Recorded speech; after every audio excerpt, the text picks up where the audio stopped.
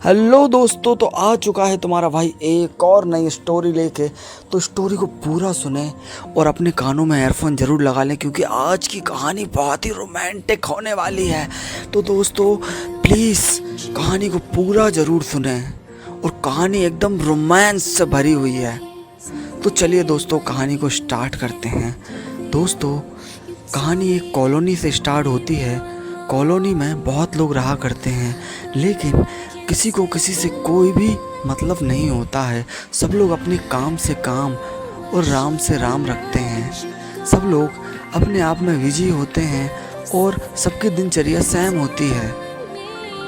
तो कुछ दिनों के बाद उस कॉलोनी में चार चांद लगाने के लिए वहाँ पर सविता नाम की एक औरत आती है, जो कि शादीशुदा होती है। सविता कॉलोनी में एक मकान लेती है, क्योंकि वो अपने नए घर के बनने के कारण अपने घर से दूर थी, तो उसे एक कमरे की ज़रूरत थी। तो इसीलिए किसी ने उसे बताया था कि इस कॉलोनी में तुम्हें कमरा मिल जाएगा। तो सविता वहाँ पर आती है और वहाँ पर कॉलोनी में घूम के लोगों से पता करती है कि मुझे यहाँ पर एक रूम मिल जाएगा या नहीं। तो 4-5 लोगों से पता करने के बाद उसे पता चलता है कि कॉलोनी में एक अंकल रहते हैं जिनके बच्चे बाहर रहते हैं, तो उनका एक फ्लैट खाली है जो कि बहुत ही सुंदर होता है। सविता तुरंत हाँ कर देती है, क्योंकि जब तक उसका घर बन रहा है, जब तक तो उसे रहने के लिए घर चाहिए ही था। तो वो घर को देखकर और उनसे पैसे की बात करके वापस चली जाती है। अगले दिन सविता अपने बच्चे और परिवार को लेकर कॉलोनी में आ जाती है। सब कुछ एकदम नॉर्मल होता है, लेकिन दोस्तों कहानी में अब ट्विस्ट के बाद ट्विस्ट आएंगे। तो दोस्तों अपने कानों के एयरफोन को व्यवस्थित लगा के रखें। तो दोस्तों सविता कॉलोनी में अपने सामान को लेकर आ जाती है। उसके बाद सविता बहुत ही फिट थी, और सविता नॉर्मल औरतों के मुकाबले बहुत ही ज़्यादा आकर्षित लगा करती थी, क्योंकि नॉर्मल औरतों के मुकाबले सरिता का शरीर बहुत ही ज़्यादा आकर्षित था, क्योंकि सरिता अपने शरीर को बहुत ही मेंटेन रखती थी। जहाँ नॉर्मल औरतें अपने शरीर का बिल्कुल भी ध्यान नहीं रखती हैं, वहीं सरिता अपने शरीर पर बहुत ध्यान रखती थी, और बाकी औरतों से सरिता बहुत ही ज़्यादा आकर्षित थी, क्योंकि सरिता सुबह और शाम को अपनी वर्कआउट ट्रेनिंग किया करती थी, क्योंकि सरिता को अपने शरीर से बहुत ही लगाव था और बहुत ही प्यार था। लेकिन सरिता के साथ एक बहुत बड़ी उलझन थी कि उसका पति उससे बहुत दूर रहता था, क्योंकि उसका पति बाहर जॉब करता था और साल में सिर्फ 2-4 बार ही आता था। तो दोस्तों कहानी को बहुत ही ध्यान से सुने। सरिता का पति सरिता से बहुत ही दूर रहा करता था, क्योंकि सरिता अब वर्कआउट भी करती थी और अपने शरीर को भी मेंटेन रखती थी। तो सरिता बहुत ही ज़्यादा आकर्षित थी। इसी कारण से जब कॉलोनी में धीरे धीरे सरिता के बारे में लोगों को पता लगा, तो लोग उसे देखने के लिए आने लगे। सरिता रोज़ सुबह जल्दी उठती और अपनी कॉलोनी के पार्क में जाकर चक्कर लगाती और अपनी वर्कआउट ट्रेनिंग करती। कॉलोनी के जो लोग कभी वर्कआउट करने के लिए ग्राउंड में जाया नहीं करते थे, गार्डन में जाया नहीं करते थे, सविता के आने से एक के बाद एक लगभग बहुत सारे लोग धीरे धीरे करके आने लगे, क्योंकि सभी को सविता पसंद आने लगी थी। सविता के लिए ये सब नॉर्मल था, क्योंकि उसके मन में कोई भी पाप नहीं था, लेकिन लोग अब उसे अलग नज़र से देखने लगे थे। दोस्तों सविता आपको पता है ना कितनी आकर्षित है, तो लोग उसे अलग नज़र से देखने लगे। आप समझ रहे हो ना, वही वाली नज़र से उसको देखने लगते हैं। अब सविता धीरे धीरे अपने वर्कआउट के साथ अपनी ज़िंदगी को उस कॉलोनी में बिताने लगती है। लेकिन अब सविता को नॉर्मल जो घर की चीज़ें होती हैं उनमें थोड़ी प्रॉब्लम होने लगती है। फिर सविता अपने घर के बाजू वाली औरत से बात करती है कि मुझे दूध चाहिए रहता है रोज़, क्योंकि मैं वर्कआउट करती हूँ तो मुझे पीना भी होता है और घर के यूज के लिए भी चाहिए मुझे। तो बाजू वाली औरत उसे बताती है कि एक दूध वाला आता है जो कि बहुत ही अच्छा दूध देता है और बहुत ही गाढ़ा और रीजनेबल प्राइस में देता है। सविता को उसका आइडिया बहुत अच्छा लगता है और अगले दिन जब वो दूध वाला आता है तो सविता उससे बात करती है। दूध वाले से जैसे ही सविता बात करने के लिए उसके पास जाती है, दूध वाला उसे देखकर एकदम मोहित हो जाता है। उसे सविता इतनी अच्छी लगी कि वो उसे देखता ही रहता है। दूध वाला एक पल के लिए सपने में चला गया, जैसे उसे लगा कि स्वर्ग से कोई अप्सरा उतर के आई है और उसके सामने खड़ी हुई है। दूध वाले से सविता बोलती है कि भैया, दूध वाले भैया, लेकिन दूध वाला खोया रहता है। फिर सविता उसे अपने हाथ से उसके कंधे पर हाथ रख के बोलती है और उसे हिलाती है तो दूध वाला थोड़ा होश में आता है। सविता को देखकर वो आश्चर्यचकित हो जाता है। एक पल के लिए वो वापस आता है। फिर उसके बाद वो सविता से कहता है, हाँ हाँ मैडम, बोलिए बोलिए बोलिए। तो फिर सविता उससे बोलती है कि भैया, मुझे भी दूध चाहिए और ये मेरा सामने घर है, तो क्या आप मुझे डेली 2 लीटर दूध दे सकते हैं क्या? दूध वाला तो उससे इतना मोहित हो गया था कि उसने बोला, हाँ कब से देना है, आप जल्दी बताइए, मैं आपको आज से ही दे सकता हूँ अगर आप चाहो तो।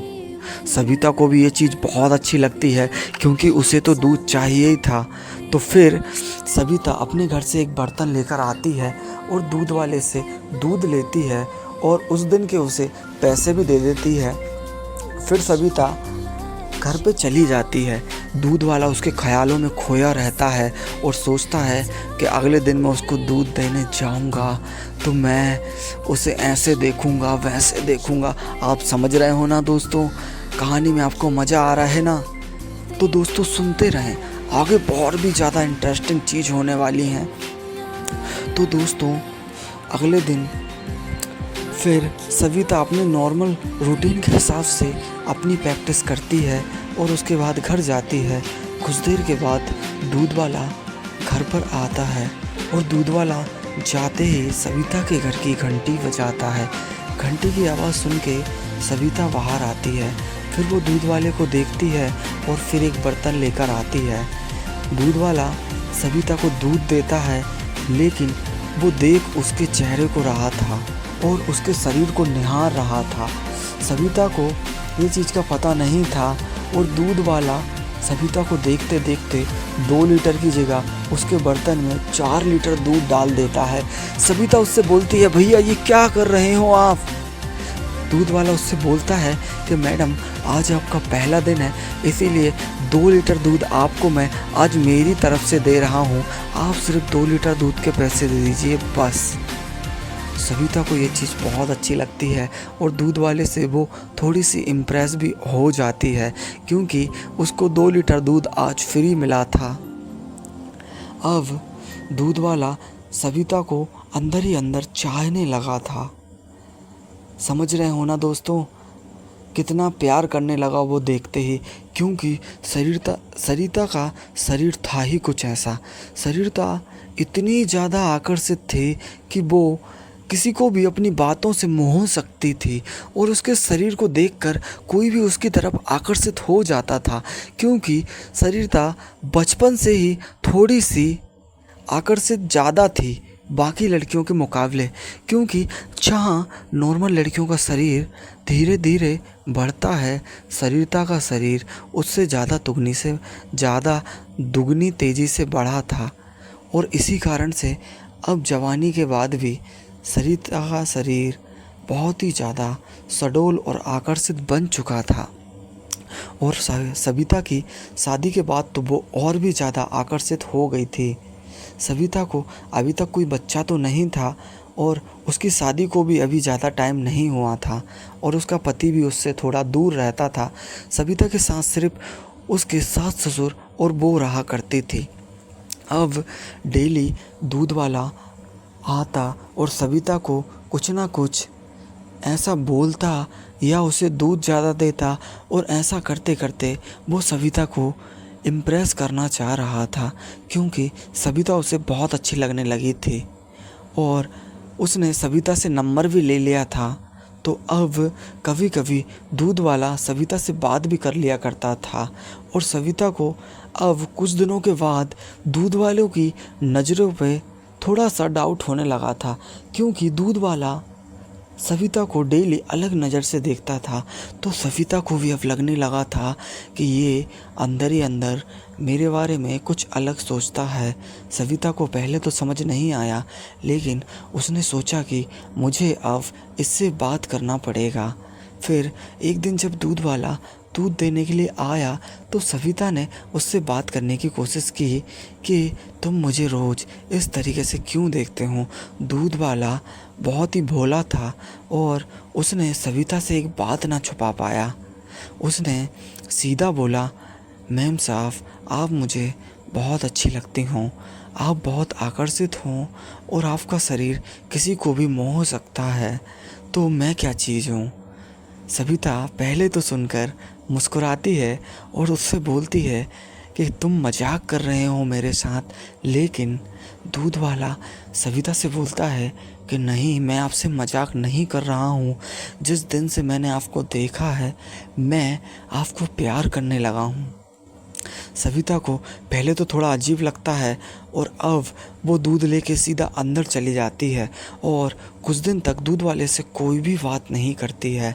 वो जैसे ही दूध वाला आता है उससे दूध लेती है, उसको पैसे देती है और घर के अंदर चली जाती है।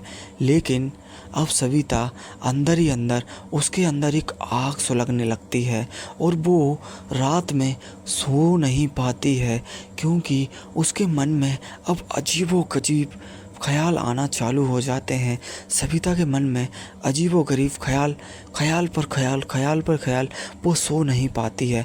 और उसके बाद जैसे ही वो सोती है तो दूध वाले को लेके उसके मन में सपने आने लगते हैं और सपने भी बहुत ही ज़्यादा रोमांटिक वाले। वो दूध वाले के साथ संबंध बना रही है और दूध वाले से प्यार कर रही है। आप समझ रहे हो ना दोस्तों। अब सविता दूध वाले से धीरे धीरे पास आने की सोचती है और सविता भी सोचती है कि मुझे भी अब समझना चाहिए कि वो भी मुझे प्यार करता है और मुझे भी प्यार की ज़रूरत है। तो सविता फिर धीरे धीरे उससे फिर से बात करना चालू करती है। दूध वाले को भी बहुत अच्छा लगता है। अब उनकी बातें बहुत अच्छी होने लगती हैं और सविता भी दूध वाले से फ़ोन पर भी बात करने लगती है और उन दोनों की बातें अब बहुत ही ज़्यादा रोमांटिक भी होने लगती हैं।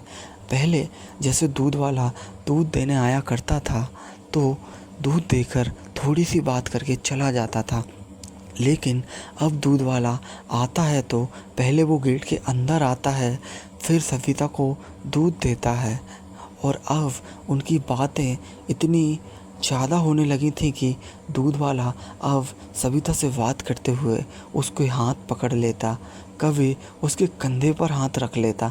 इस तरीके से अब उनका डेली होने लगा था। लेकिन कहानी में अब बहुत ही बड़ा ट्विस्ट आने वाला है दोस्तों।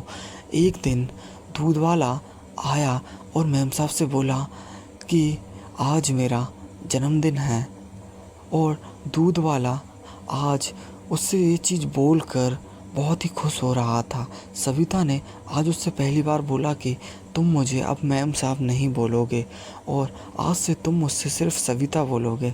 आज तुम्हारा बर्थडे है, मुझे पता नहीं था, मैं तुम्हें कोई गिफ्ट नहीं दे पाऊँगी, लेकिन कल ज़रूर मैं तुम्हारे लिए कोई अच्छी सी चीज़ लूँगी। तुम बताओ तुम्हें क्या पसंद है। दूध वाला बोलता है मुझे आप पसंद हो और वो बात करते हुए सविता के करीब रहता है और सविता को बहुत ही पास से नज़र से देखता है।